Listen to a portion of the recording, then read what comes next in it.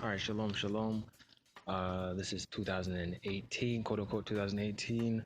Yesterday, evening to evening, so this is the second, it was a Passover, the 14th day of the first month of Aviv. And so, proof of that is the moon is about to be full. This is the 15th, start of the 15th evening. The sun just went down.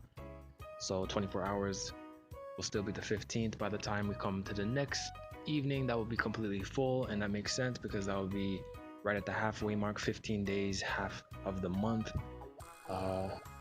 is lining up with the creator's calendar, how it works. And so that's just a beautiful thing to see.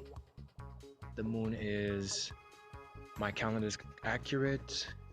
Today on Gregorian calendar is the March 28th, but the 27th evening was Passover, and now we are on the next day, which is unleavened bread. And then the day after, then we got 7 days of unleavened bread, and then the first fruits as well. So just a beautiful thing, a beautiful understanding. All praises to the Most High for revealing truth. And a lot of people freak out every time it's the full moon. People have weird energy. It's because they're under the God of chaos. And once they come into the God of the Most High, the true Creator, the full moon don't affect us.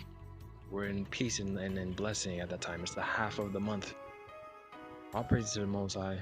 Baruch Hashem HaElohim Shel Avraham Yitzhak Yisrael Tamid forever and ever. Shalom, Salem, and Amen. All praises. I can zoom this up. Okay.